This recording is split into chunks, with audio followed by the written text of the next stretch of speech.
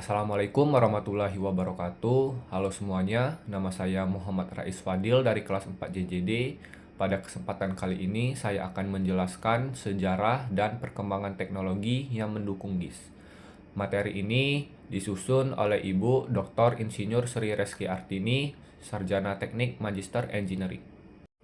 Sebelum membahas lebih jauh, kita perlu memahami terlebih dahulu apa itu GIS. GIS adalah sebuah sistem yang digunakan untuk mengumpulkan, menyimpan, mengolah, menganalisis, dan menampilkan data yang memiliki informasi lokasi di permukaan bumi.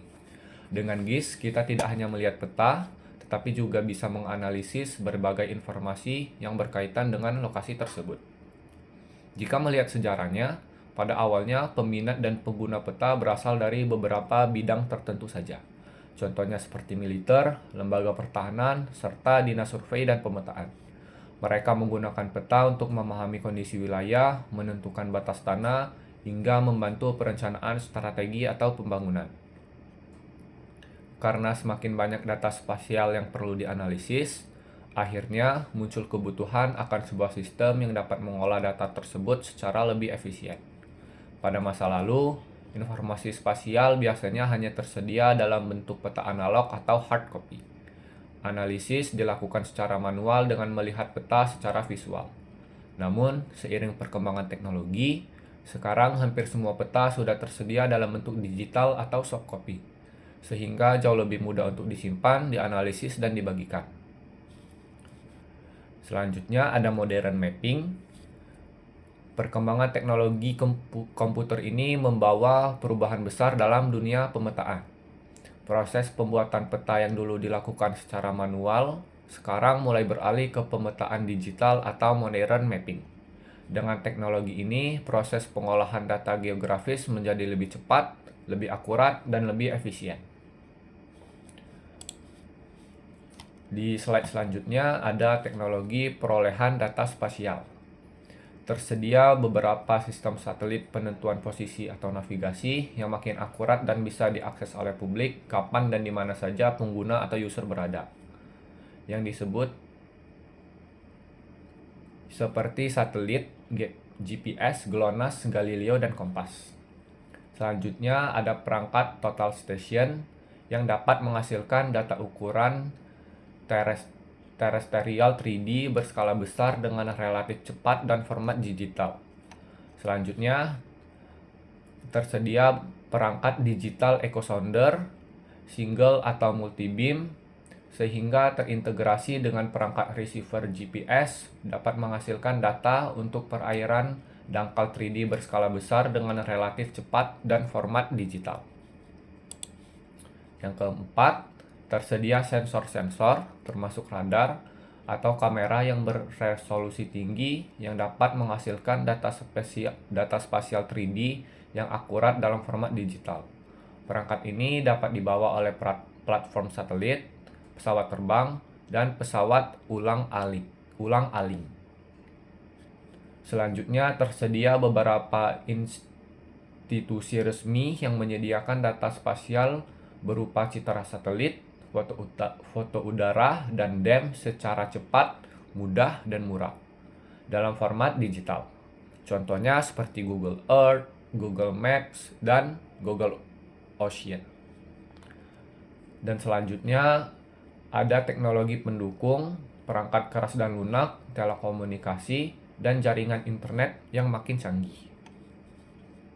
Jika kita lihat di slide selanjutnya ini, ada kapal yang menyeken permukaan dasar laut. Di sini kita bisa lihat jika semakin biru atau semakin gelap warna laut tersebut di sebuah peta, biasanya semakin dalam. Jadi kapalnya ini menyeken permukaan dasar laut menggunakan bisa dibilang laser. Selanjutnya ada LIDAR, salah satu teknologi yang sangat penting dalam pengumpulan data spasial adalah LIDAR, yang merupakan singkatan dari Light Detection and Ranging. LIDAR ini adalah metode survei pemetaan yang menggunakan sinar laser untuk mengukur jarak antara dua titik atau lebih. Jika dipasang pada pesawat atau helikopter, teknologi ini mampu memetakan suatu wilayah dengan sangat detail. Beberapa keunggulan LIDAR antara lain dapat menghasilkan Digital Elevation Model atau DEM dengan resolusi tinggi, mampu mencakup wilayah yang luas dan waktu yang relatif singkat, serta dapat menghasilkan model 3D dari permukaan bumi. Dalam teknologi LIDAR sendiri, terdapat beberapa jenis sistem yang digunakan untuk berbagai kebutuhan pemetaan.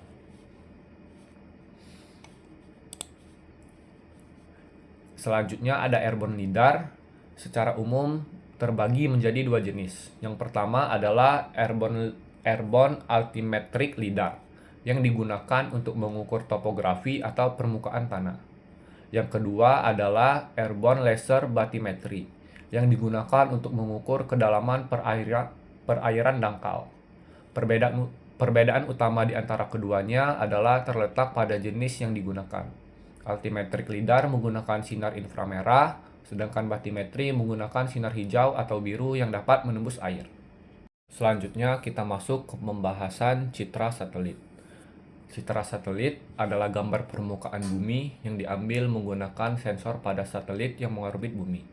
Melalui teknologi ini, kita bisa melihat kondisi permukaan bumi dari atas, seperti bentuk wilayah, tutupan lahan, sungai, hutan, hingga perkembangan kota. Citra satelit sangat penting dalam GIS karena memberikan data spasial yang luas, cepat diperoleh, dan terus diperbarui. Data ini sering digunakan dalam berbagai bidang seperti pemantauan lingkungan, perencanaan wilayah, pemetaan bencana, hingga analisis perubahan penggunaan lahan. Selanjutnya ada peta topografi planet Mars. Teknologi citra satelit tidak hanya digunakan untuk memetakan bumi, tetapi juga bisa digunakan untuk mempelajari planet lain. Salah satunya adalah Mars.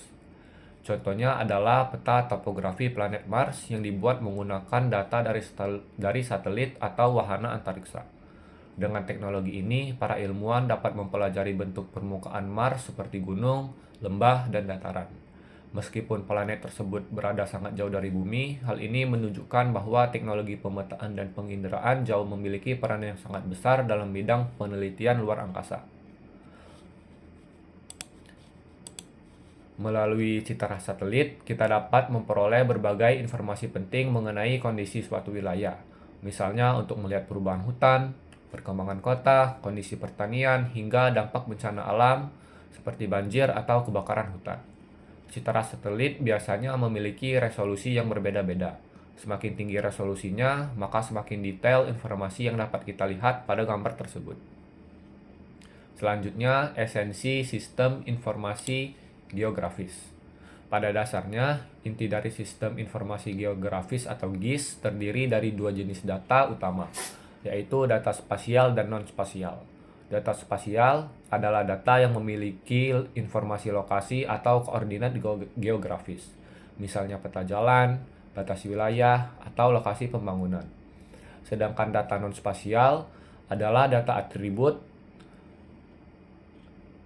yang menjelaskan objek tersebut, misalnya nama tempat, jumlah penduduk, jenis penggunaan lahan, dan lain-lain. Kedua jenis data ini digabungkan dalam sistem GIS sehingga tidak hanya mengetahui lokasi suatu objek, tetapi juga informasi lengkap yang berkaitan dengan objek tersebut. Selanjutnya ada alasan-alasan penggunaan GIS. GIS dapat digunakan sebagai alat bantu utama yang interaktif, menarik, dan menantang dalam usaha untuk meningkatkan pendidikan mengenai ide atau konsep lokasi, ruang spasial, kependudukan, dan unsur-unsur pemahaman, pengertian, pembelajaran, dan unsur-unsur geografis yang terdapat di atas permukaan bumi. GIS juga dapat memberikan gambaran lengkap yang komprehensif terhadap suatu masalah nyata terkait spasial permukaan bumi. GIS memiliki kemampuan untuk menguraikan unsur-unsur yang terdapat di permukaan bumi ke dalam bentuk beberapa layer tematik atau coverage data spasial.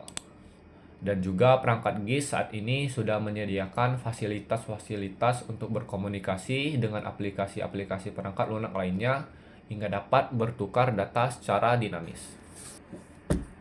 Baik, dari penjelasan yang telah disampaikan dapat disimpulkan bahwa Geographic Information System atau GIS merupakan teknologi yang sangat penting dalam mengelola dan menganalisis data yang berkaitan dengan lokasi di permukaan bumi. Perkembangan GIS tidak terlepas dari kemajuan berbagai teknologi pendukung seperti GPS, sensor pemetaan, lidar, hingga citra satelit, yang memungkinkan kita memperoleh data spasial dengan lebih cepat dan akurat. Dengan adanya teknologi tersebut, GIS kini banyak dimanfaatkan dalam berbagai bidang, seperti perencanaan wilayah, pemantauan lingkungan, pengelolaan sumber daya alam, hingga mitigasi bencana. Semoga penjelasan mengenai sejarah dan perkembangan teknologi GIS ini dapat menambah pemahaman kita tentang pentingnya teknologi geospasial dalam kehidupan saat ini. Saya Muhammad Rais Fadil, terima kasih atas perhatiannya.